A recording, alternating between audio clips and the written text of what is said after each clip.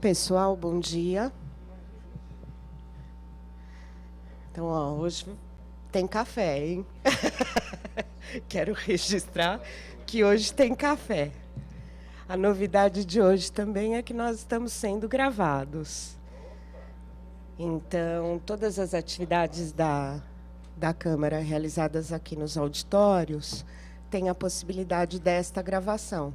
Então, pessoas em casa podem nos assistir. Eventualmente, se você não conseguir vir na próxima aula, você pode assistir. É só entrar em auditórios online e a transmissão é direta. E esses vídeos, para quem quiser depois rever a aula do professor, eles ficam na galeria de vídeos no portal da Câmara. Então, para que isso dê certo, e para eventualmente aqueles que nos assistam de casa não fiquem confusos, né, ou achem estranho uma imagem com uma boquinha mexendo sem som, todos nós temos que falar ao microfone para fazer a gravação, tá? Então, às vezes os professores com vozes mais fortes não gostam, mas a gente tem que fazer o registro direitinho. O mesmo caso, a plateia, tá? Então, vocês que têm o microfone aí à frente, só verifiquem se o microfone não está ligado, porque aí qualquer ruído que vocês produzam também, tá? Para acionar, tem um botãozinho no meio, é só empurrar o botãozinho que aí você fala ao microfone. E também tem esse microfone aqui que vai ficar com o professor e tem um outro ali na mesa. Tá? Então, nós vamos deixar tudo desligado para evitar... desliga para evitar esse ruído. Aí, quando quiser falar, liga. Tá bem? Bom, quem está hoje conosco para falar dos atores e as instituições nesse processo, no ciclo de políticas públicas, é o professor Eduardo Marques, a quem a equipe da Escola do Parlamento agradece imensamente, para mais uma aula que eu tenho certeza que vai nos ajudar muito a compreender esse processo. Então, boa aula para todos nós. Obrigada, professor. Obrigado, Fátima. Bom dia a todos. A sala tem uma disposição um pouco estranha e eu tenho um problema com fios, eu tropeço nos fios, faço bobagens e tal, então tem que me policiar um pouco. Preciso começar dizendo que essa aula de hoje, ela está um pouco fora de ordem, né? E ela está um pouco fora de ordem por minha culpa, porque eu estou viajando amanhã e o único dia que eu poderia dar aula dos dias disponíveis seria hoje. Mas ela faria mais sentido depois que vocês tivessem cumprido já esse percurso completo, chegado lá até a discussão sobre avaliação, passassem da discussão de avaliação e tivessem aí duas aulas que são, digamos assim, transversais, né? Essa aula de instituições e atores e a última aula do Roberto Pires, que é novos arranjos institucionais, tá? Então, eu vou tentar um pouco suprir essa falta de lugar, tentando dialogar o tempo inteiro com a ementa do curso, com o que vocês já viram e com o que vocês ainda não viram, tá? E eu digo isso porque, como vocês devem ter notado, a ementa do curso é uma ementa que, na ordem da disposição clássica do ciclo de políticas, né? E esses dois assuntos, instituições e atores e novos arranjos, eles são assuntos específicos que cruzam transversalmente as várias fases. Então, instituições e atores são importantes em todas as fases e a discussão sobre instituições e atores é importante em todas as fases, tá? Uma questão organizacional, Fátima disse que, a princípio, a gente não precisa fazer um intervalo porque tem ali café. Vamos ver como é que vai a dinâmica da aula. Eu vou olhando para a cara de vocês, vou vendo se, à medida em que as pessoas vão ficando cansadas, e eu também vou ficando cansado, aí, de repente, a gente faz um intervalo ou não, depende um pouco da dinâmica, tá? Por favor, me interrompam, perguntem, comentem coisas o tempo inteiro, tá? Como vocês acharem. Meu nome é Eduardo Marques, sou professor do Departamento de Ciência Política da USP, sou pesquisador do Centro de Estudos da Metrópole. Eu trabalho sobre principalmente com pesquisas em políticas públicas, mas especialmente em políticas públicas urbanas, né? Assuntos relacionados com política e políticas na cidade. Tá? E eu trabalho num centro, que é o Centro de Estudos da Metrópole, que desenvolve análises sobre desigualdades urbanas, desigualdades de acesso, precariedade urbana, etc. E tal, tá? A minha pesquisa atual que a pesquisa que eu estou trabalhando é sobre padrões de governança em grandes cidades comparada com outras cidades do mundo, né? Mas eu sou a pessoa responsável por São Paulo. Tá? Então, hoje a gente vai falar sobre instituições e atores, né? É um pouco, talvez chover no molhado, falar sobre a importância das instituições para pessoas que trabalham em instituições, né? Falar sobre a importância das instituições políticas, não. Mas sempre ajuda a gente entender o que esses argumentos que eu vou levantar, onde é que eles estão na história do pensamento sobre políticas públicas. E aí vocês vão ver que há um paradoxo, porque, embora as instituições políticas sejam absolutamente centrais para a produção de políticas públicas, isso é um negócio meio evidente, demorou quase um século para que a literatura se desse conta disso, né? Então eu vou um pouco historiar uma coisa que anterior à discussão sobre instituições propriamente, que é o que a gente chama de teorias do Estado, né? E a maneira como essas duas coisas, instituições e atores, entraram nas teorias do Estado, classicamente, para depois chegar na discussão sobre instituições e aí detalhar mais o papel das instituições e como as instituições operam, etc. e tal, qual é a importância, precisar melhor a importância das instituições, utilizando uma literatura recente, relativamente recente, lá dos anos 80 para cá, que é o neonacionalismo. Tá? E depois eu vou falar sobre atores nesse contexto já com o neonacionalismo situado. Tá? A gente tem, classicamente, 4 grandes teorias do Estado, consideradas pelo ângulo da ciência política, tá? E da administração pública. Essa expressão teorias do Estado é utilizada em outras disciplinas, como o direito, por exemplo, com um sentido completamente diferente. Certo?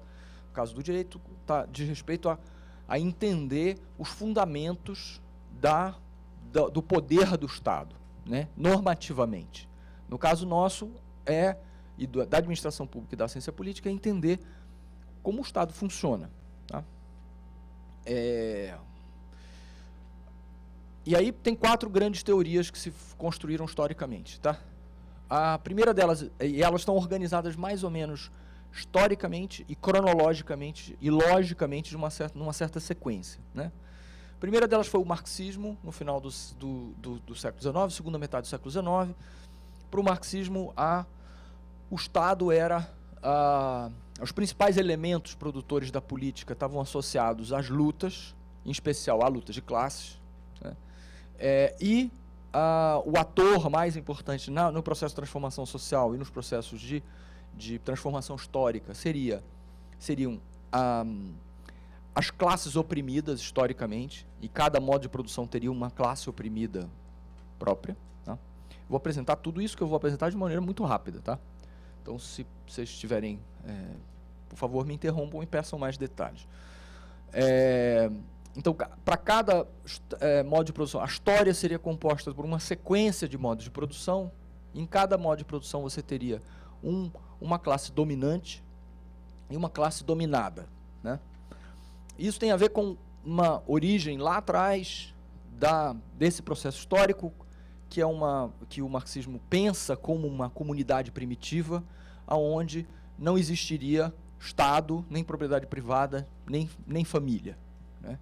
E a produção coletiva era feita coletivamente e o excedente da produção era apropriado coletivamente. Todo mundo participava daquela produção, etc. E tal.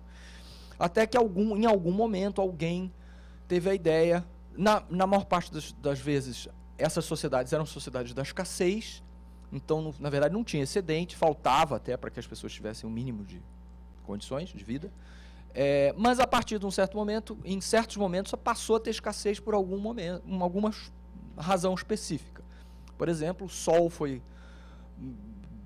muito forte naquele ano, choveu exatamente na hora que devia, a colheita foi muito rica, etc. e tal, sobrou. Sobrou, tem um problema de quem é que fica com a sobra, né? Então tem uma explicação que o marxismo dá, isso é tudo hipotético, né?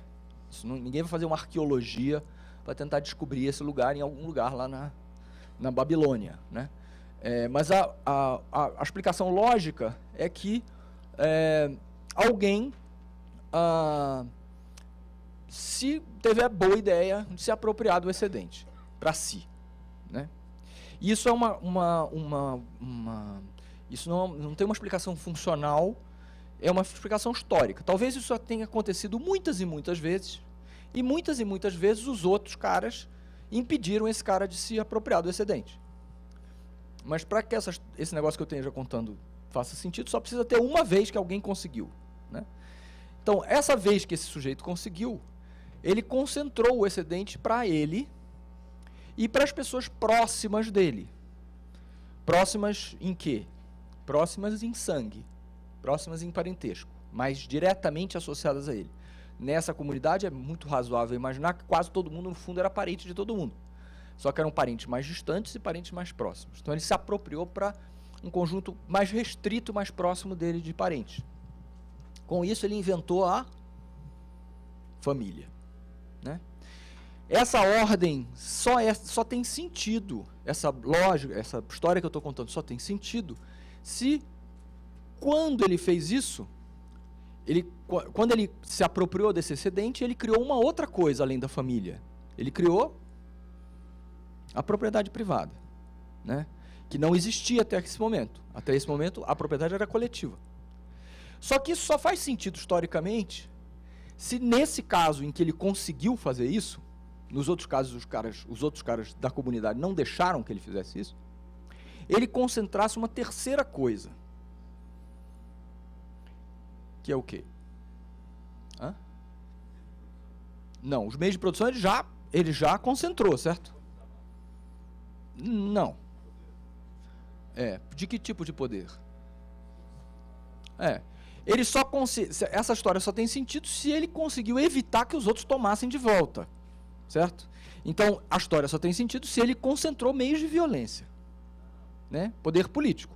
Se ele conseguiu resistir à tentativa que os outros tenham feito, hipoteticamente, de tomar de volta o que ele tinha concentrado, certo?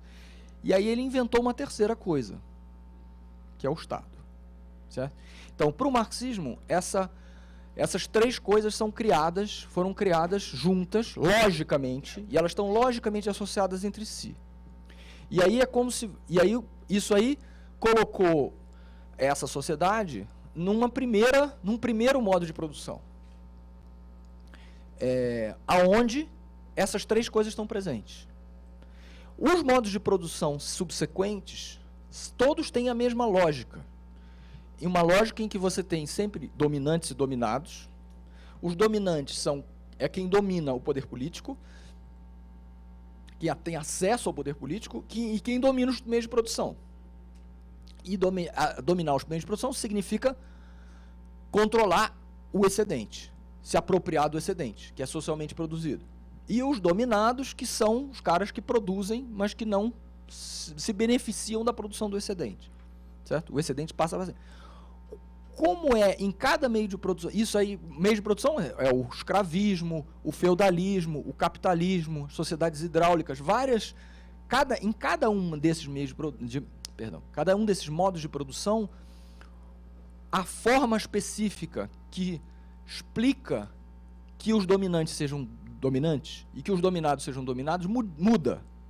Assim como as formas históricas que legitimam tirar o excedente e passar o excedente para os dominantes, certo?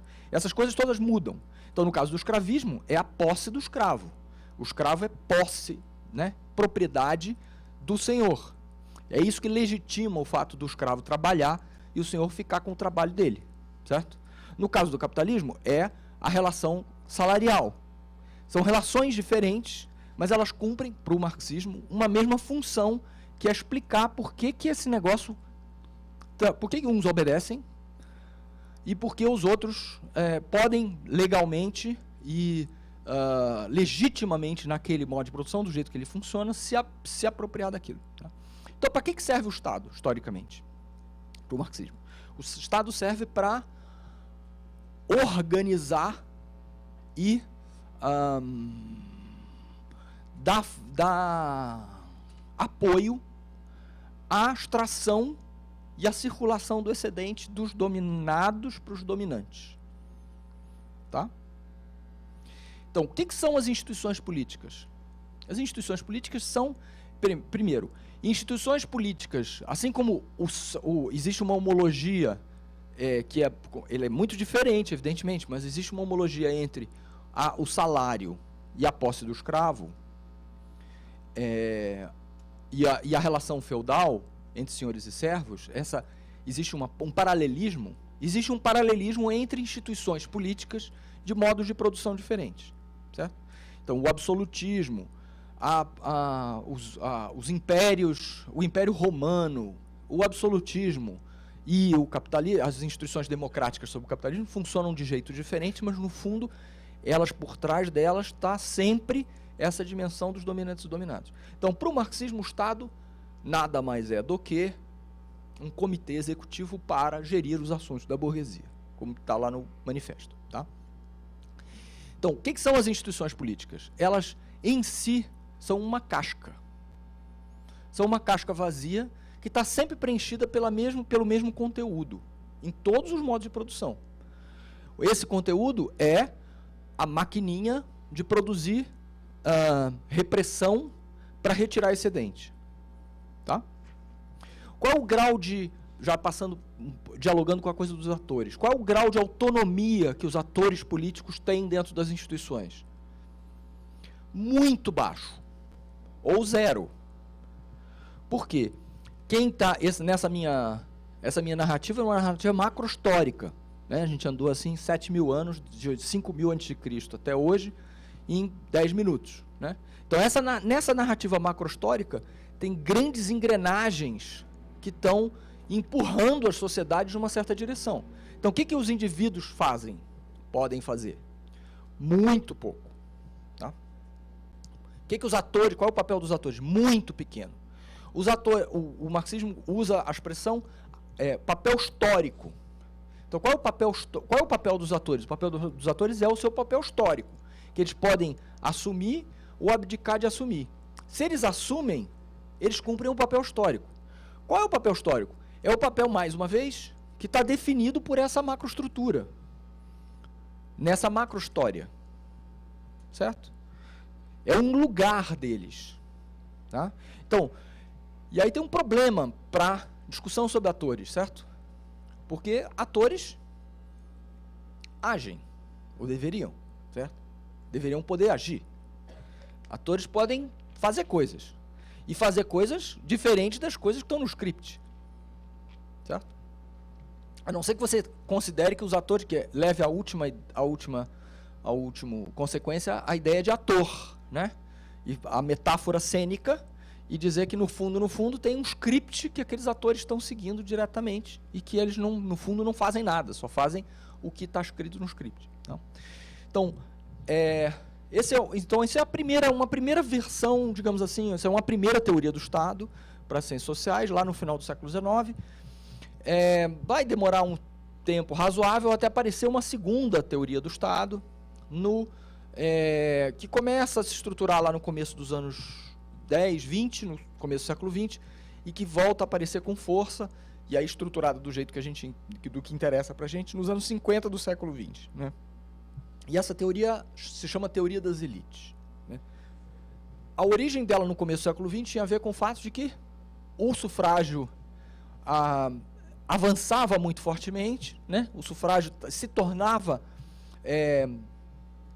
quase universal, porque os dois últimos grupos que ainda estavam fora internacionalmente do sufrágio eram as mulheres e os analfabetos, mas barreiras de renda, de propriedade, para a população masculina adulta já tinham sido abolidas. Então, na prática, você tinha inserido as massas masculinas, letradas, minimamente letradas, tá?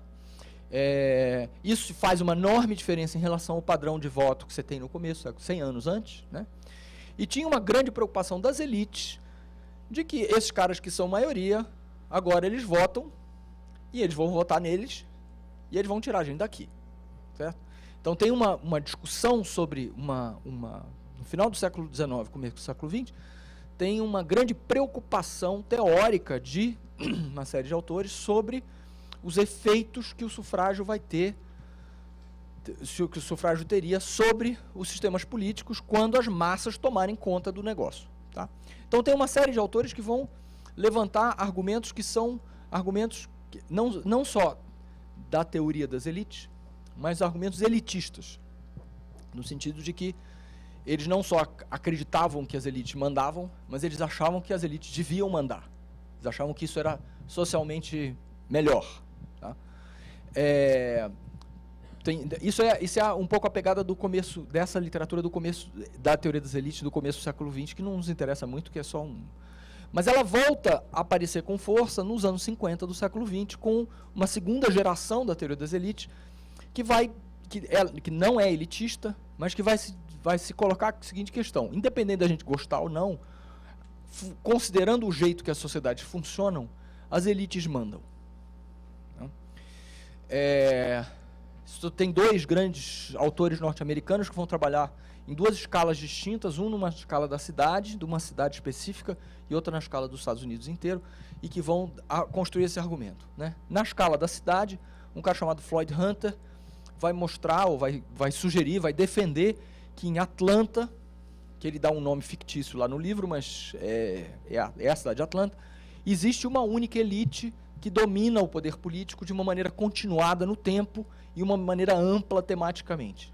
Então, olhando vários assuntos de política pública e olhando no tempo, tem um único conjunto de indivíduos que é o mais importante na decisão, nos padrões de decisão de várias políticas por um período muito longo. Aí ele diz, então, ele conclui, as elites governam Atlanta. Certo? Tem uma elite que governa Atlanta.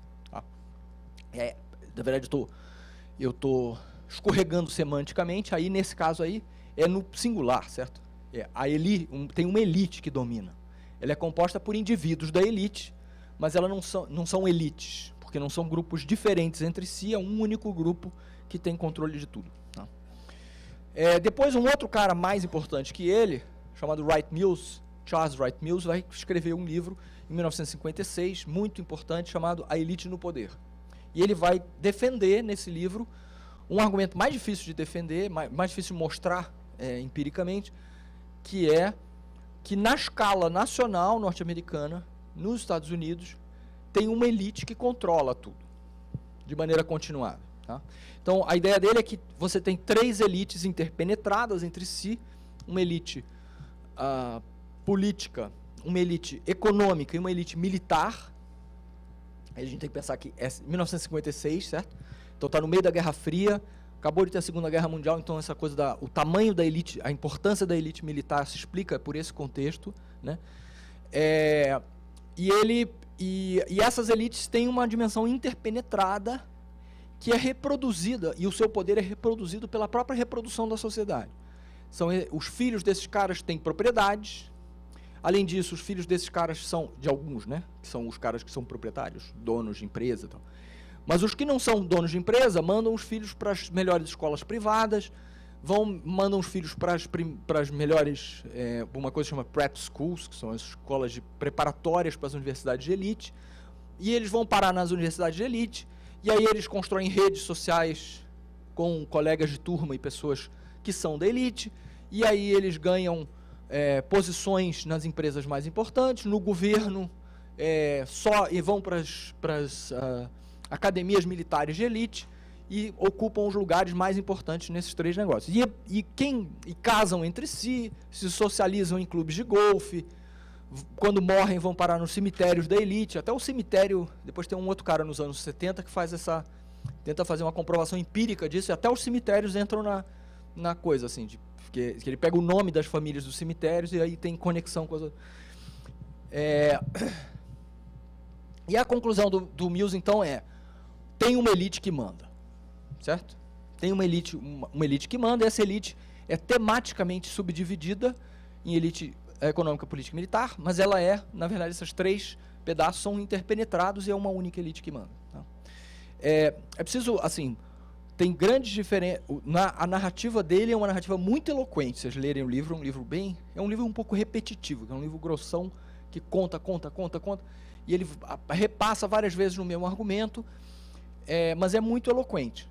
Mas ele tem diversas dimensões que são datadas. Então, por exemplo, a coisa do sistema universitário norte-americano teve grandes transformações a partir dos anos 60, que não estão presentes ali, né? Então, tem gente que tenta olhar para essa mesma coisa e tentar atualizar com os argumentos de hoje. Porque, por exemplo, tem toda as universidades daquele momento importantes eram as universidades do que se chama de Ivy League, que é a Liga da Era, que eram as universidades inglesas do século XVIII, que foram fundadas pelos ingleses, e chama Liga da Era porque todas elas têm paredes de pedra, ou supostamente têm parede de pedra com a era, aquela planta subindo pela parede. Tem a partir dos anos 60, tem o movimento de direitos civis, tem a coisa das cotas, e tem uma expansão do sistema universitário, constituindo muitas universidades que são muito importantes para a ascensão social, especialmente da coisa tecnológica, e que não estão fora desse negócio. Então, o MIT, a Caltech, tem um monte de lugares que o menino entra lá e vira engenheiro de computação daquele troço, e a vida dele ele entrou na elite, certo? E ele não entra lá porque ele teve numa prep school do mesmo jeito que a pessoa que entrou fazer direito em Harvard tinha que fazer para poder. Então, só para dizer que essa é eloquente, mas é situado, tá? Nesse mesmo momento, surge uma outra literatura como reação. Essa ideia da teoria das elites é uma ideia muito nociva para a ideia de democracia, certo? Porque o marxismo estava trabalhando lá em 1880 com um cenário que é um cenário... ninguém se dizia democrático, certo? Tinha, sei lá, 5% da população inglesa votava.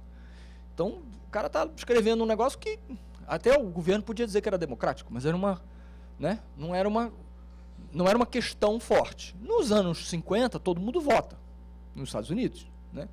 E eles são mais do que orgulhosos da invenção democrática que eles fizeram, né? Que supostamente eles fizeram e expandiram pelo mundo. Então, essa ideia da elite, da teoria das elites, fere muito fortemente a ideia da democracia. Então, tem uma literatura que se constitui ali, nos anos 50 também, em resposta à teoria das elites, muito importante, que se chama pluralismo, e que cuja origem está em construir uma resposta para esse negócio. E o mais importante desses caras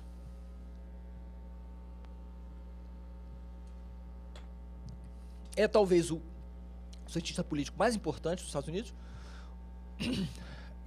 morto muito recentemente, com 101 anos, 102 anos, que é o Robert Dahl, né?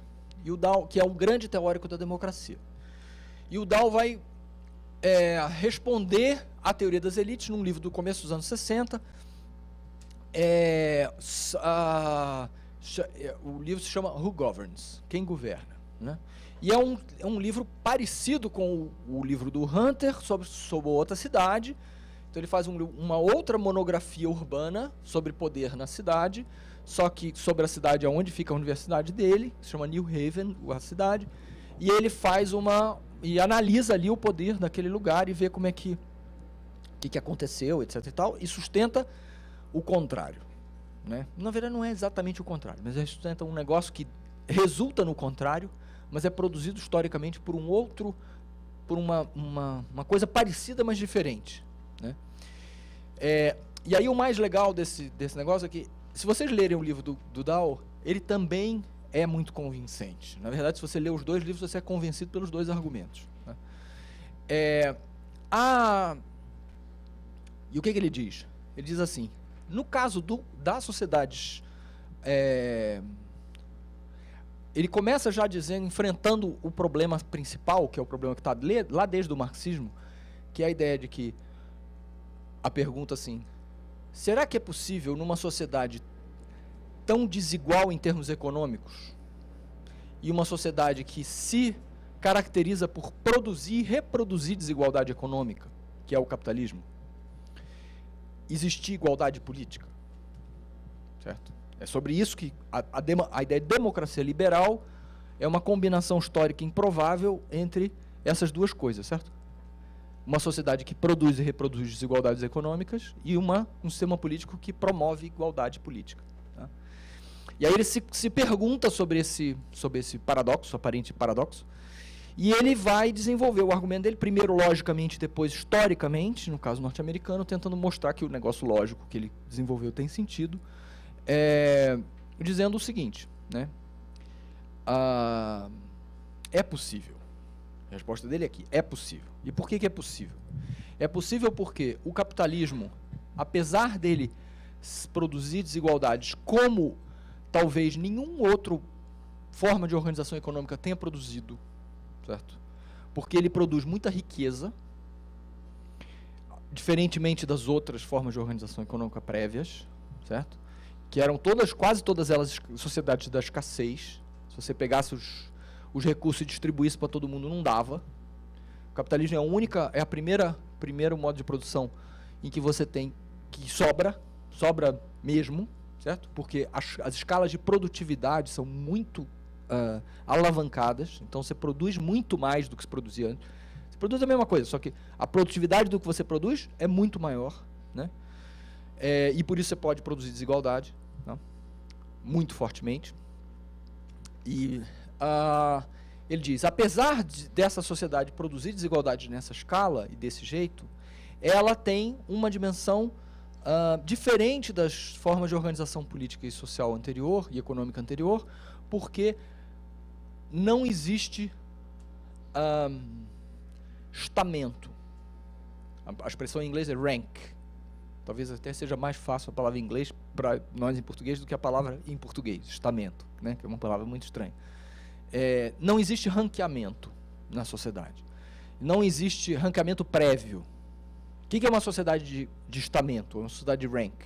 É a aristocracia inglesa no século XVII. Então, quem é que é o cara importante localmente? É o conde de não sei quem. O conde de não sei quem é o quê? Ele é dono das terras. Qual é a forma de organização econômica que faz com que que circule a produção? Ele é o dono das terras, as pessoas trabalham nas terras dele, as pessoas são empregadas dele, o que sobrar a mais é dele, e ele rege as condições de participação dos caras, dos meeiros, parceiros, etc. e tal, no cultivo da terra dele. Quem é o cara que é importante politicamente na região? Ele. Por quê? Porque ele é o cara que está associado, tem lá uma cadeira para ele na Câmara dos Lordes, né? Na verdade, a cadeira, no caso inglês, o caso inglês é perfeito para a gente entender isso, porque no caso inglês, a representação política não é nem do conde de não sei aonde, é do não sei aonde, é da terra. Aquela cadeira na Câmara dos Lordes, ela não pertence primeiro, não pertence individualmente ao sujeito, certo? Mas ela não pertence nem ao título dele, ela pertence à gleba. Ela está associada com uma representação da terra, originalmente, tá? Por isso que a palavra gleba, em inglês, é state, com E, certo? Que está na origem da ideia de estamento. E está na origem da ideia de Estado também, tá? Então, a origem do poder político está diretamente associado à terra, certo? Então, isso encaixa. E quem é que é os caras mais escolarizados daquele lugar? É a família do conde não sei aonde. Quem é que é o pessoal que tem mais status na região? É a família do conde não sei aonde. Quem é que é o pessoal mais bem alimentado da região? É a família não sei aonde. Quem é mais bem vestido? Tudo é ele, certo? Por quê? Porque tem uma forma de organizar a sociedade que produz um encaixe perfeito entre a desigualdade econômica, a desigualdade política, a desigualdade cultural, a desigualdade de status, a desigualdade social num sentido mais amplo. É tudo paralelo entre si, e se você avança uma casa numa coisa, você avança nas outras também. certo? Esse é o raciocínio do Dow. No capitalismo desencaixou isso. O capitalismo desencaixou isso. Há produção de desigualdade de uma escala muito grande. Só que essa produção de desigualdade não é encaixada entre si. Então, as pessoas ficam ricas e ficam famosas sem virarem lideranças políticas e mandarem em algum lugar, e vice-versa.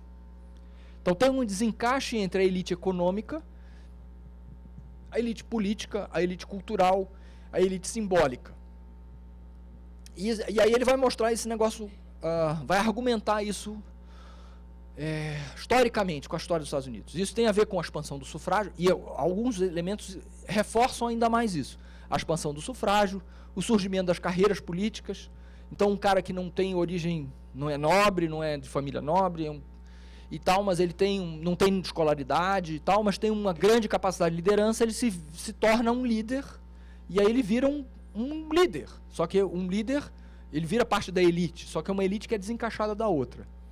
Então, nas sociedades democráticas contemporâneas, sob o capitalismo, isso é o Dow dizendo, o que você tem é uma pluralização das elites. Porque você tem várias elites que competem entre si. E é esse processo de competição entre as elites que produz espaço para a existência de alguma coisa que não seja associado diretamente à elite. Tá? O que são as instituições políticas aqui? Assim como no caso da teoria das elites. Que eu esqueci de fazer esse exercício na teoria das elites. O que eram as instituições políticas na teoria das elites? Uma casca que é ocupada pelas elites, pela elite da hora, certo? Se tem uma transformação de elites e outras elites passam a ser as elites, essa casca é ocupada pelo outro, mas ela em si não é nada, é só uma casca. Para o Dow e para o pluralismo, o que são as instituições políticas? É uma casca ocupada pelos grupos, pelos grupos de interesse, que são esses fragmentos de elite, ou, se você quiser, pelas elites em competição que conseguirem ganhar o jogo. Certo? Então, novamente, as instituições estão vazias. As instituições não têm nada dentro. Tá? E é isso que é paradoxal, né? A gente está nos anos 60. É isso que é paradoxal. O estudo dos sistemas políticos começou com o Aristóteles, né? O estudo das instituições políticas modernas começou no final do século XVIII, começo do século XIX. Dos efeitos das instituições sobre a política, por exemplo, com os federalistas. O estudo da sociedade civil começou com Tocqueville em 1830. O estudo do governo começou na virada do século XIX para o século XX.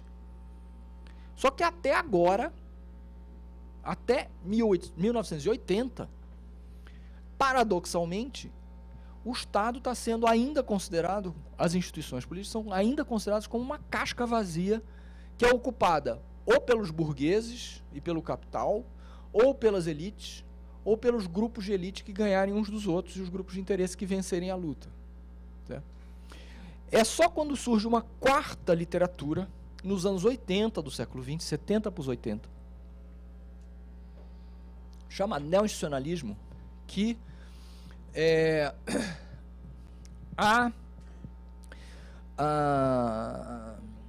neo-institucionalismo, que as instituições políticas vão ganhar um conteúdo.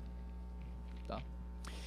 E o neo-institucionalismo surge com um lema, com um pleito, de que as instituições importam. Tá? Pode ser óbvio, certo? Mas foi, por estranho que pareça, bastante revolucionário naquele momento, né? Bastante pouco intuitivo para a literatura. Tá? E eles tiveram que cavar um lugar brigando com outras perspectivas que estavam presentes ali. Né? Como é que esse pleito pode ser melhor especificado? Né? Na formulação original do neonacionalismo, Primeiro, talvez seja importante a gente fazer uma discussão rápida sobre o que são instituições. O que são instituições?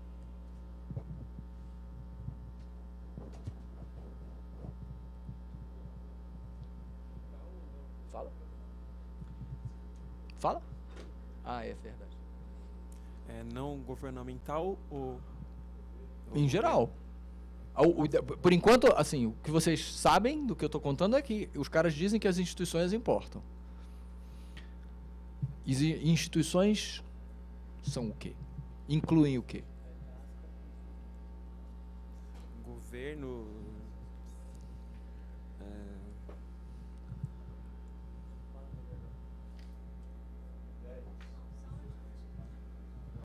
Fala? Ideias ou pessoas que pensam mais ou menos da mesma forma? Sim ou não? Uhum.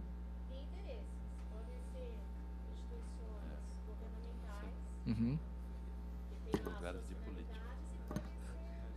A Fátima não está aqui, ela vai brigar com vocês. Falou no microfone. Pode. Pode. Que mais? Tá, isso a gente já chegou nessa. Temos públicas e temos privadas. E aí nas privadas temos as que visam lucro e as que não visam lucro. A gente está numa definição jurídica aqui, tá?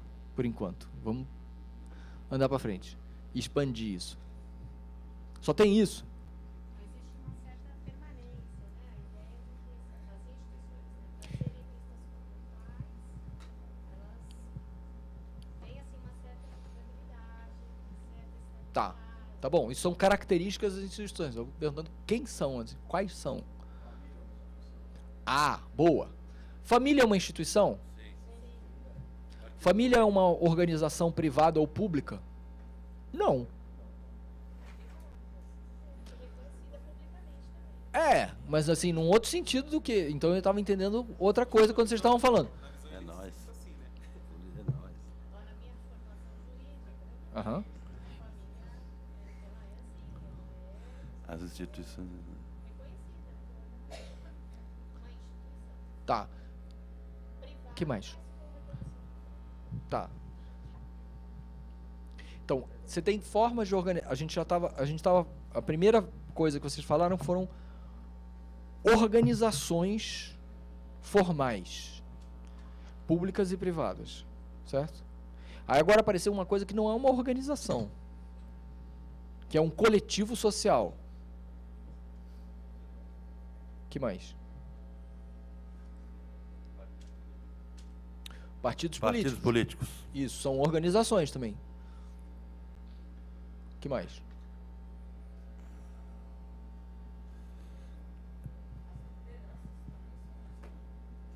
As lideranças também são instituições? Não. Também a gente tem que tomar cuidado, senão vai virar tudo. O executivo. O executivo é uma... O executivo... Quem formula melhor isso? Tá. É uma instituição que representa o Estado. Mas vamos tentar um pouco ser mais preciso, gente. Ele é um conjunto de instituições, certo? Um conjunto heterogêneo de instituições de vários tipos. Tá? Que mais? As igrejas são organizações.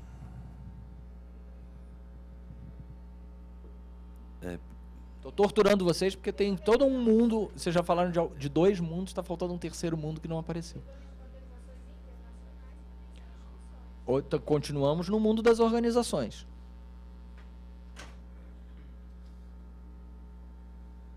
Eu estou pensando em movimentos, mas não vejo isso como instituição. A sociedade civil organizada é composta também de algumas vezes de instituições e outras não. Mas vamos tentar delimitar isso um pouco mais para frente. Eu estou tentando arranjar a lista. Três coisas. Tem que ter três tipos de coisas. Hã? O exército. O exército é um conjunto de organizações também. A universidade também. A Universidade de São Paulo é uma organização. Tudo isso é uma organização. Vocês só estão dando... vocês estão voltando para o mesmo tipo. Por exemplo, a Câmara Municipal de São Paulo é uma organização. O que mais? Ela é uma instituição, certo? Uma instituição de tipo organizacional. Dentro da Câmara Municipal de São Paulo, você tem, por exemplo... Tá, a gente já vai voltar, vamos chegar nos atores políticos, mas você tem... Como é que a Câmara se organiza? Hã? Tem partidos lá dentro. Tem estatuto. O estatuto é o quê? Instituição. Estatuto é uma regra formal, Perfeito. certo? Regras formais são instituições também, certo? Leis são instituições, constituições são instituições, regulamentos são instituições. Que mais? A gente, assim, se a gente passar das organizações para as regras formais, a gente deu uma abstratizada nelas, né? Ficou mais abstrato, ficou mais solto, ficou mais... Não tem mais um CGC, CNPJ, uma sede. É uma coisa, né? Vamos continuar nessa mesma... Continuar nessa mesma coisa e nessa mesma trajetória. São organizações. Você voltou para o concreto. Estou tentando ir para o abstrato.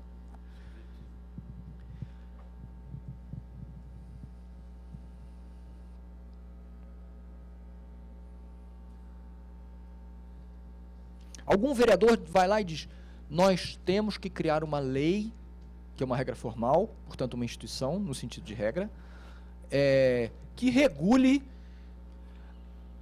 como os pedestres cruzam a ciclovia da Paulista. Para dar um exemplo do dia. Certo? E aí essa regra formal vai dizer, parágrafo 1º, quando o sinal estiver vermelho, tiver bicicleta parada, você pode cruzar. Quando tiver sinal vermelho e bicicleta andando em direção a passar, porque a bicicleta também tem direito de passar, o pedestre tem a obrigação de parar. E aí essa lei, isso vira uma lei. É aprovado, os vereadores gostam e o prefeito também, e vira lei. Então ela é instituída. Ela é instituída. Por que esse vereador teve essa ideia?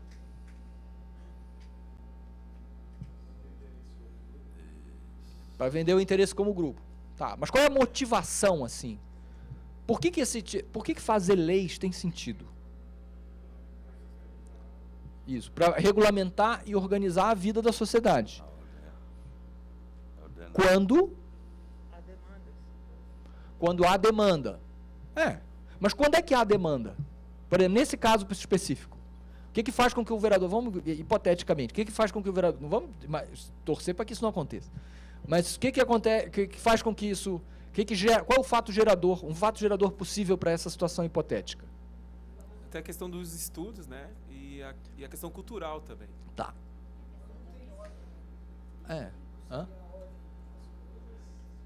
Quando não se segue a ordem das coisas. O que é a ordem das coisas?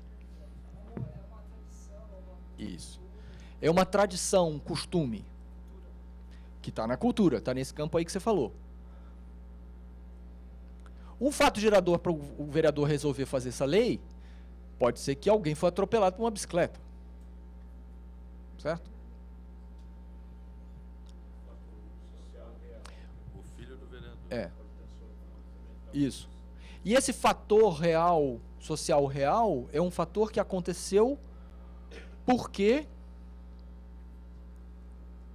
assim, a sociedade é cheia de leis, certo? A sociedade é cheia de leis. Mas tem milhares, milhões de coisas que não tem lei. Isso quer dizer que elas são desorganizadas? Não. Isso quer dizer o quê? Isso. Outros tipos Isso. de instituições. Isso. elas são reguladas por leis mais abertas, subjetivas, costumes, tradições, Isso. Crenças. normas. Certo? Então, vira lei escrita, precisa fazer regra formal quando as pessoas não conseguem se organizar para resolver o assunto sem a regra. Tá certo? Assim, isso eu estou falando hipoteticamente, né? Na prática a gente sabe que o fulano quer aparecer, quer botar o nome no jornal, quer posar de bonito, etc e tal. É isso tudo. Mas as regras formais existem quando as sociedades não conseguem se auto-organizar. Então, a gente chega, se vocês forem lá no café do outro lado da rua, e você chega lá, e na hora de se pagar, o que você faz? No curso que eu fiz de Direitos Humanos falou exatamente isso, um ponto, né? Tipo, que nem pegar um exemplo bem básico, assim, né? Banheiro, né? Precisa colocar lá a informação que tem que dar descarga. Exatamente. Exatamente. Só que... Exatamente. Não tem nenhuma lei, você não vai preso, porque você não deu descarga. Mas você não vai... e também não vai ler se você... Não vai preso se você jogar papel dentro do vaso. Só que as pessoas dão descarga. Só que as pessoas jogam papel dentro do vaso. E aí, por isso, você tem que botar a informação, não jogue papel dentro do vaso. Que é um segundo passo. Ainda não virou crime. Ainda não virou uma regra escrita. Mas já está uma regra formal escrita. Ainda. Mas precisa de uma placa, um aviso. Não jogue papel dentro do vaso. Certo? Eu ia dar o exemplo da fila. Exatamente. O que faz com que você não fure a fila... A gente não fura a fila. Mesmo quem fura a fila sabe que está furando a fila. Certo? Quando você olha para aquela situação, você já se dirige para o final da fila.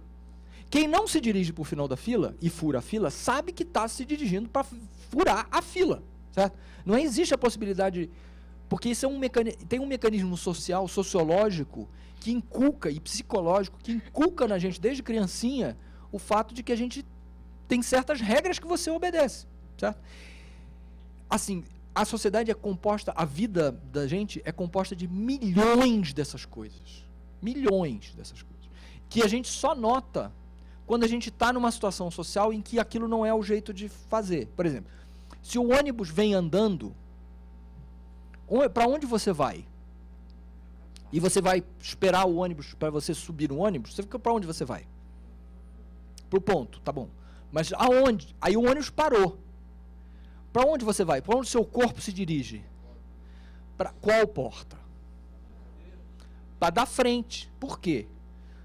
Porque aqui o ônibus entra pela frente. Se você chega num lugar em que o ônibus entra por trás, você várias vezes se dirige para a porta errada. Porque o seu corpo vai. Isso tá dentro da gente, tá certo? Viram disciplinas corporais até, certo?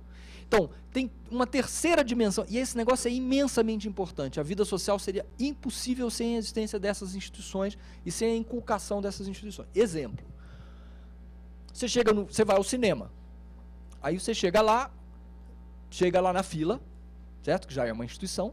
Você chega na hora de comprar o bilhete, você enfia o dinheiro. A mocinha está protegida por um vidro.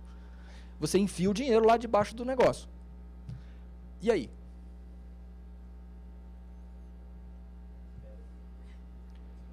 E ela te dá de volta o ticket. Por que ela te dá o ticket? Certo? Ela está protegida pelo vidro, ela recebeu o dinheiro, ela já está de posse do dinheiro, ela pode dizer, você não me deu nada, e botar o dinheiro no bolso. Só que a gente não desconfia disso, certo? A gente não desconfia das possibilidades. Senão você ficaria segurando a ponta do dinheiro e só soltaria aquela ponta quando ela te desse a outra ponta do bilhete, certo? Agora, você imagina como seria impossível viver num cotidiano em que você desconfia da outra pessoa na relação de troca, que isso é uma troca econômica, né? Mas a relação de troca social também é a mesma coisa, certo? Também tem a mesma gramática. Se a gente desconfiasse nesse patamar das pessoas nessa troca cotidiana, certo? Na verdade, eu estou dando um exemplo extremo, mas isso tem um contínuo em que esse negócio está... Então, se a gente pensar nas trocas econômicas, especificamente,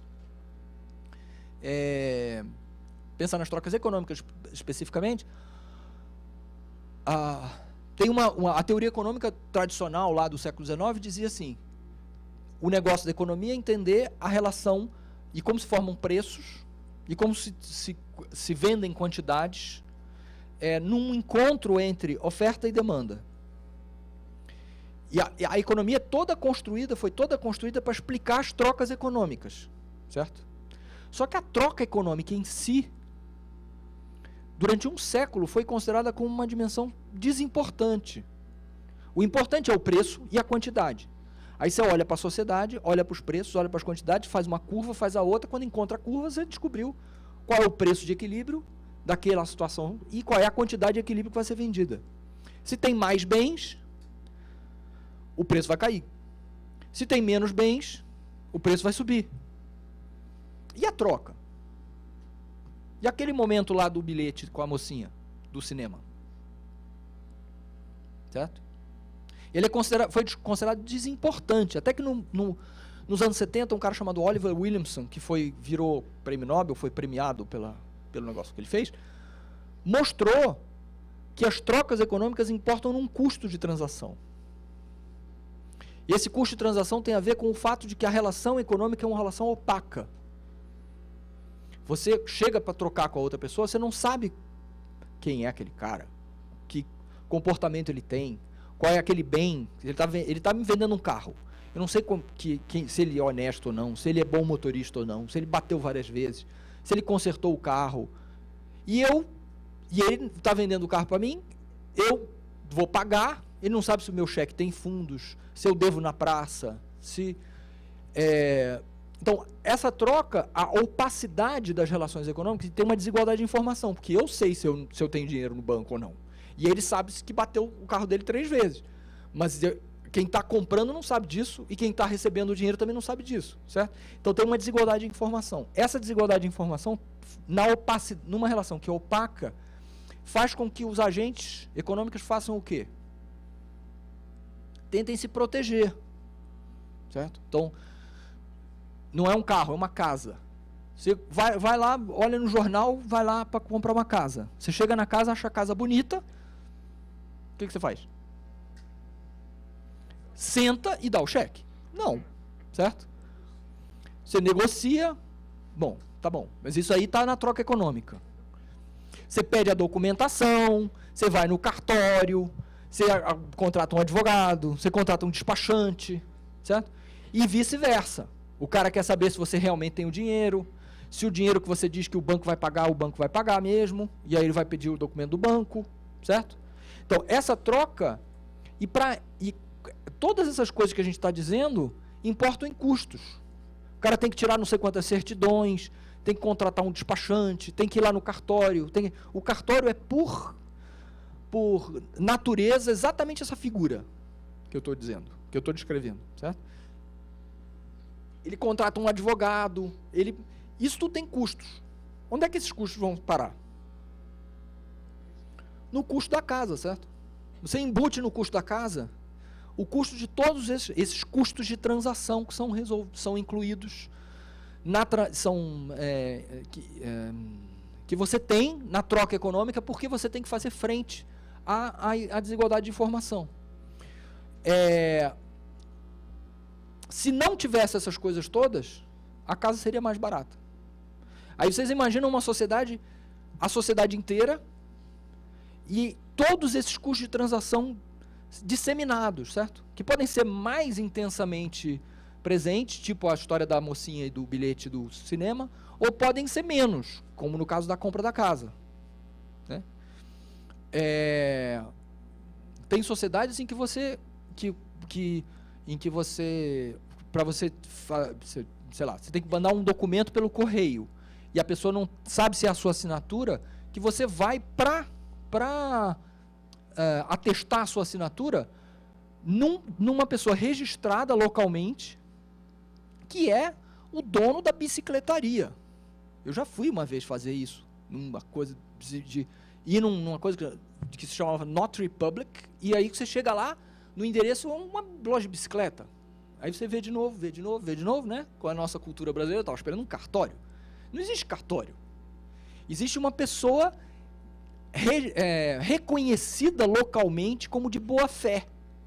E aquela pessoa tem um carimba ali, bota uma assinatura e manda você para casa. Certo?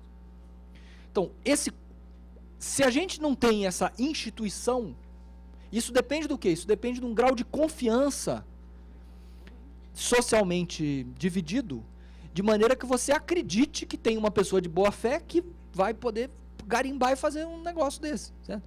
Se você tem isso, você não tem um cartório. Se não tem um cartório, você não tem os custos do cartório. Se não tem os custos do cartório, todas as trocas econômicas ficam, sei lá, não sei quantos por cento mais baratas. Tá certo? Então, aí o Williamson diz assim, esse cara, o Oliver Williamson, mostrou que as trocas econômicas são complicadas, não são descomplicadas. A troca propriamente lá, ele vendeu o negócio. E ali tem um custo. Isso tem um efeito social geral. Aí ele teorizou, as instituições, regras, as tais das regras sociais que a gente está discutindo aqui há 15 minutos, elas surgiram para reduzir os custos de transação. Tá? Aí tem um outro sujeito logo depois dele, que ganha o próximo prêmio Nobel, ou um prêmio Nobel depois dele, discordando dessa parte. E dizendo assim, o Williamson está certo e as trocas econômicas têm custo de transação. Só que as instituições não servem para resolver, não surgem para resolver custo de transação. Elas podem até reduzir os custos de transação, quando elas existem. Mas elas podem simplesmente não existir e importar em grandes custos de transação. Tem sociedades que convivem com grandes custos de transação e, por isso, as economias delas não funcionam direito. Então, tem uma relação entre instituições que são desenvolvidas num país, desde as regras formais e tal, até as normas mais cotidianas. Instituições são desenvolvidas num país e desenvolvimento econômico. Se tem um nível de desconfiança mais generalizado, o custo de transação é mais alto, e esse custo de transação mais alto faz com que tenha menos desenvolvimento do que poderia ter. Tá? Então, essa é um primeiro tipo de instituições, são as normas. Só para que eu estou falando e não está, não sei se fixa na cabeça das pessoas dessa forma.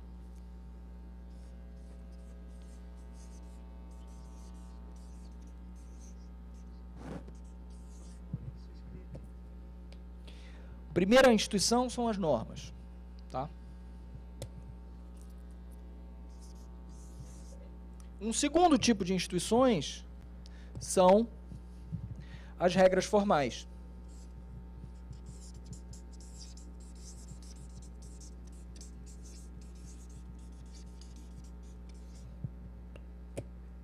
São as regras formais, as leis. Quando as normas não estão resolvendo, ou quando a situação é muito complexa, alguém tem a ideia de fazer uma regra formal. Primeiro, colar no banheiro a plaquinha, não joga papel no vaso, e depois criar uma lei que não pode criar papel no vaso e penalizar quem joga papel no vaso. Tá? Qual é o efeito das regras formais sobre as políticas públicas? Vamos mais geral. Qual é o efeito das regras formais sobre a política?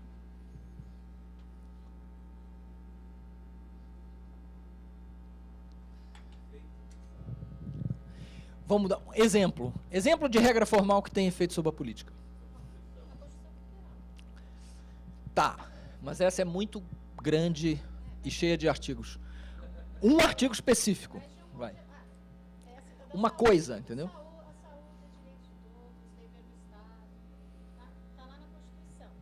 A Constituição, ela impõe deveres ao Estado em matéria de políticas públicas. Pode ser uma lei. Aí a gente entra numa outra discussão que é um pouco mais complicada, que é a relação entre normativo e analítico, assim. Porque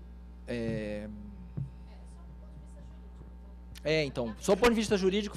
Então, mas o ponto de vista jurídico é o ponto de vista normativo. Tá escrito lá que todos os homens são iguais perante a lei. Todos os homens são iguais perante a lei? Não. Isso quer dizer que não deve estar escrito lá? Não, porque imagina se tivesse escrito que eles eram diferentes, certo? Aí que ia pegar o negócio, certo? Mas o fato de estar escrito lá como um ideal normativo. Como um horizonte normativo, não é ideal normativo. Ideal normativo é que a gente achar que eles devem ser, né? Tá escrito como um horizonte normativo. O horizonte normativo é um objetivo a alcançar em algum lugar, certo? O fato de estar como um objetivo a alcançar não quer dizer que ele seja concreto. Então, ele significa que é super importante, por isso que ele está lá, ele tem que estar lá. Que alguém pode chegar na justiça e dizer, não me trataram como igual. E aí a justiça tomar alguma atitude em relação a isso, certo? Mas o fato de estar escrito não quer dizer que exista, tá? Então aí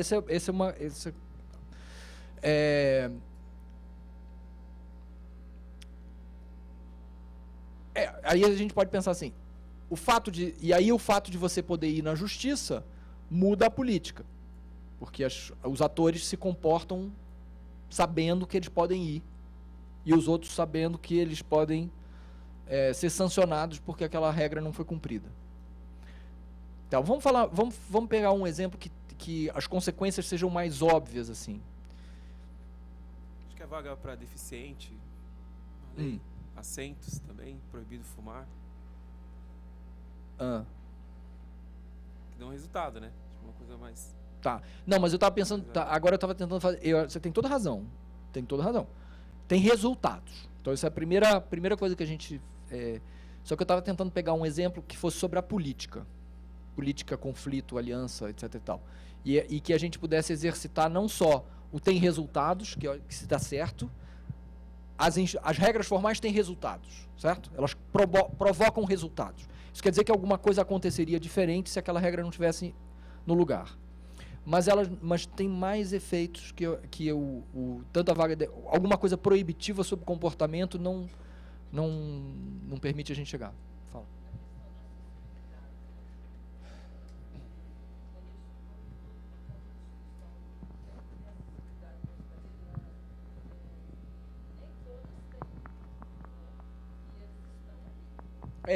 É isso, mas é exatamente esse mesmo negócio que ele falou, né? Vamos pensar num tipo de instituição formal que tenha...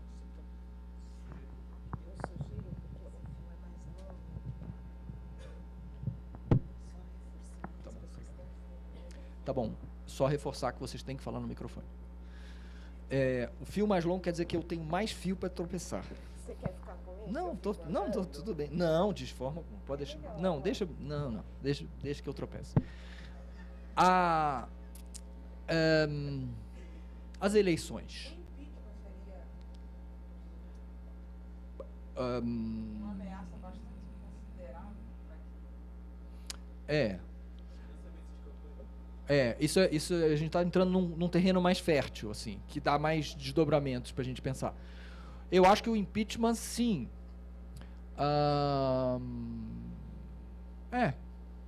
Mas fala financiamento de campanha. Financiamento de campanha. Também.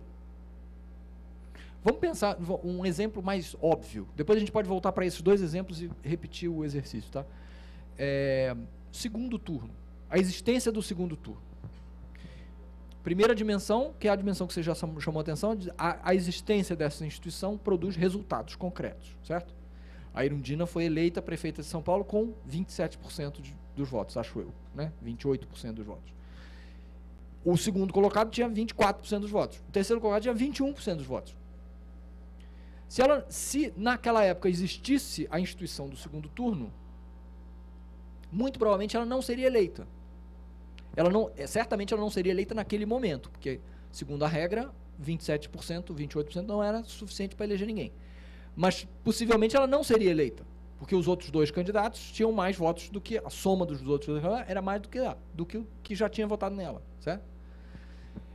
Então, o segundo turno altera os resultados, certo? Da política. Isso, pronto. Só que vamos passar mais um passo. Só altera os resultados? Altera o que mais?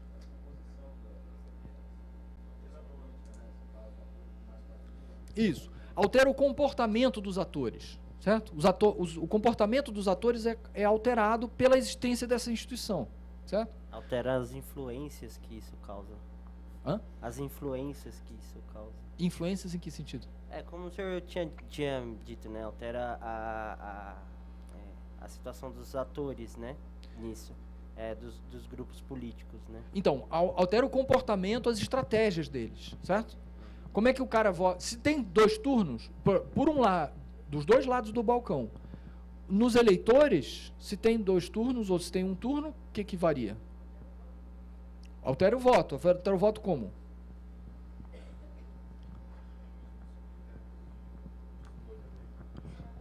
Você diminui as possibilidades de escolha. Mas é mais do que isso. Altera a escolha mesmo, o tipo de escolha. Que tipo de escolha se faz no primeiro turno, numa eleição de 2 turnos?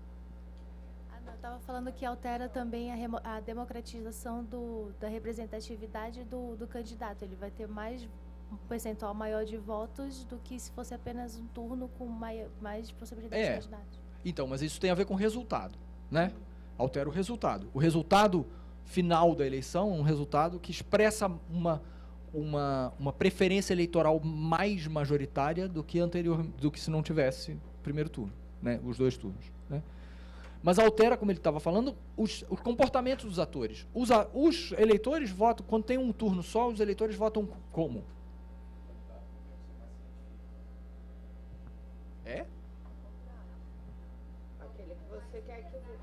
Aquele que você quer que vença. Aquele que você quer que vença não é necessariamente o que você mais se identifica. Certo?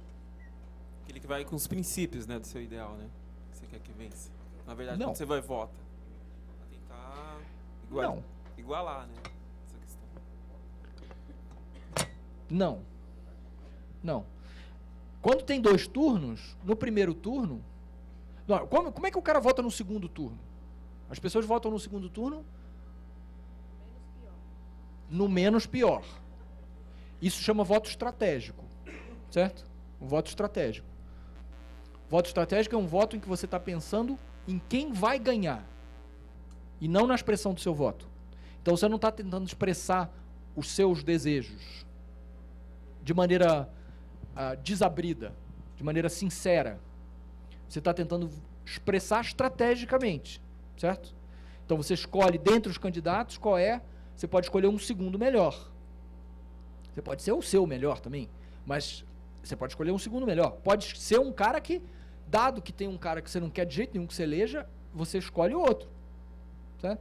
Então, no segundo turno, os eleitores votam estratégico. No primeiro turno, eles votam sincero. São 2 expressões técnicas, assim. Eles votam sincero. Votar sincero é votar no cara que mais tem a ver com os seus ideais. Ele pode ter 2%. E você vota lá feliz e sai para a rua com a bandeira dos 2%. Fazer isso no segundo turno é um pouco difícil, né? Não, esse não vai estar lá. Mas se tiver um cara com 70 e um cara com 30, né? Nas pesquisas, né? Você tem que pensar estrategicamente. Você não pode pensar desabridamente, tá certo? Então, os atores... E a mesma coisa acontece do lado de lá, né? Se tem 2 turnos, quem está concorrendo, os partidos e os candidatos, eles jogam diferente o jogo, se é o jogo final ou se é um jogo que é intermediário para compor os times para jogar o jogo final, certo? Então, as regras formais influenciam o resultado, mas elas também influenciam o comportamento dos atores. O comportamento dos atores é modificado pelas regras formais. E tem uma terceira dimensão, que tem um pouco a ver com o negócio da repetição das regras, das normas e das regras formais, que é o mesmo tipo de coisa. Que é assim, depois de muito tempo fazendo do mesmo jeito,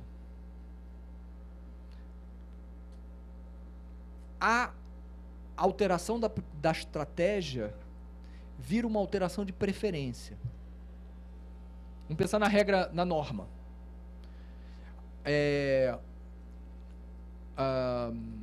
As pessoas, antes de existir o cinto de segurança, tinha gente que usava o cinto de segurança. A norma da obrigatoriedade do cinto de segurança, tinha gente que usava o cinto de segurança. Certo? Aí passou a ter a obrigatoriedade do cinto de segurança. Aí as pessoas começaram a ter que usar o cinto de segurança. Depois de muito tempo tendo que usar o cinto de segurança, se você entra no carro e não tem cinto de segurança, você se sente mal. Tem uma disposição física, Foucaultiana, entranhou como uma disciplina física, corporal, ter aquela restrição daquele negócio apertando você. Certo? Então, a norma era uma norma, as pessoas diziam, tem que usar o cinto de segurança porque é bom para a saúde. Era uma coisa que estava no campo das regras informais. Ficou regra formal. Essa regra formal, uma vez que ela é exercida continuamente, ela muda o comportamento desabrido, sincero das pessoas. Tá certo?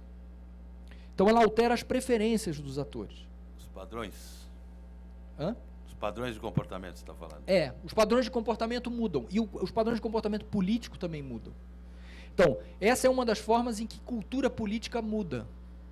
Certo? Então, cultura política muda no longo... E qual é o efeito? O que produz esse efeito?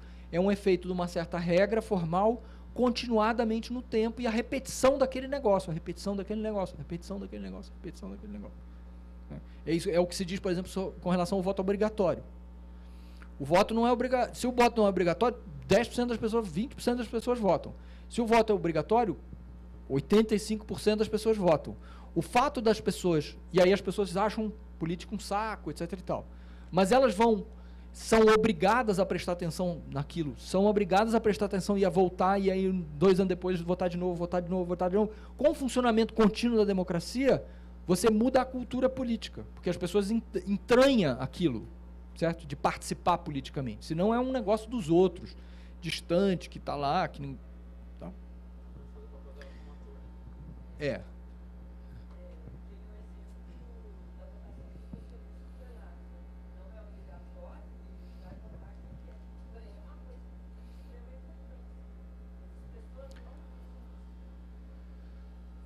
Se você torna... isso. Mas se você torna... a gente pode hipoteticamente pensar que se você torne obrigatório, as pessoas vão várias vezes votar e aí elas se acostumam àquilo e elas passam a sentir falta daquilo se elas não fizerem aquilo. Não? Tem um exemplo de... Eu acho que... Tá claro esse efeito? É um efeito um pouco... Então, as instituições têm esses três efeitos. Tem um efeito sobre as... Elas são, primeiro, 3 coisas. Elas são regras informais, são regras formais e são organizações, que vão aparecer ali. E as regras formais, elas têm 3 tipos de efeito. Elas têm um efeito sobre os resultados da política, elas têm um efeito sobre o comportamento dos atores e elas têm um efeito sobre as preferências dos atores, uma vez repetidas. Tá? Tá bom? E tem um terceiro tipo de organizações que eu acabei de falar, que são de instituições, que são as organizações.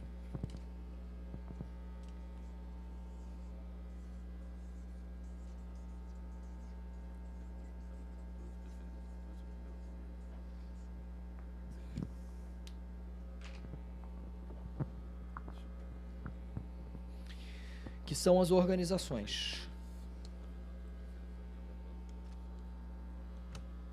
Então, voltando para o neonacionalismo e para a formulação do neonacionalismo. Foi o neonacionalismo que trouxe esse debate a partir dos anos 80. Voltando para ele um pouco para a gente entender que argumentos que estão presentes, tá? As instituições, eu disse que o lema era as instituições importam. As instituições importam em que sentido? Aí o nacionalismo diz que elas influenciam de 2 formas diferentes. E agora, como a gente sabe que tipos de instituições existem, a gente vai conseguir entender melhor isso. Um primeiro efeito das instituições sobre a política e as políticas é um pouco óbvio, é o mais evidente e está associado mais fortemente às organizações, que é o fato de que as organizações são atores políticos potenciais, certo? Então, as organizações políticas, as burocracias, as agências estatais, suas partes, suas seções, os órgãos públicos, tal, são atores políticos potenciais. Se esse potencial vai virar efetivo, depende do jogo, depende do que esses atores fizerem, certo? Mas eles podem... Então, essa primeira dimensão da importância das instituições é chamada pelo nacionalismo como o Estado ator. O Estado é ator potencial. Tá? Isso é meio óbvio, certo? A ideia de que é óbvio, mas é paradoxal, porque demorou 100 anos para que a literatura fosse prestar atenção centralmente nisso. Né? Mas tem um segundo elemento, que essa literatura chama de caráter tocqueviliano das instituições, porque supostamente o Tocqueville, o Alexis Tocqueville, que é um filósofo político francês do século XIX, foi o primeiro cara a falar sobre isso, embora ninguém tenha muito prestado atenção nesse ponto do argumento dele. Mas ele falou isso em 1830, 1840. Né? E o que é esse caráter tocqueviliano? É o fato de que as instituições, tanto como organizações, quanto como regras formais, enquadram a política. Enquadram a política tem o sentido de um quadro mesmo, ou tem o sentido de uma janela.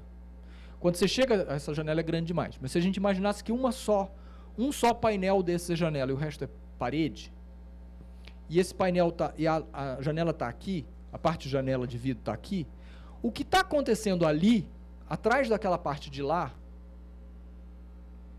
a gente não vê. Certo? Tudo bem? Vamos dar um intervalo de 10 minutos? Que a atenção já foi. Tá. Então, a gente volta às 15 para as 11.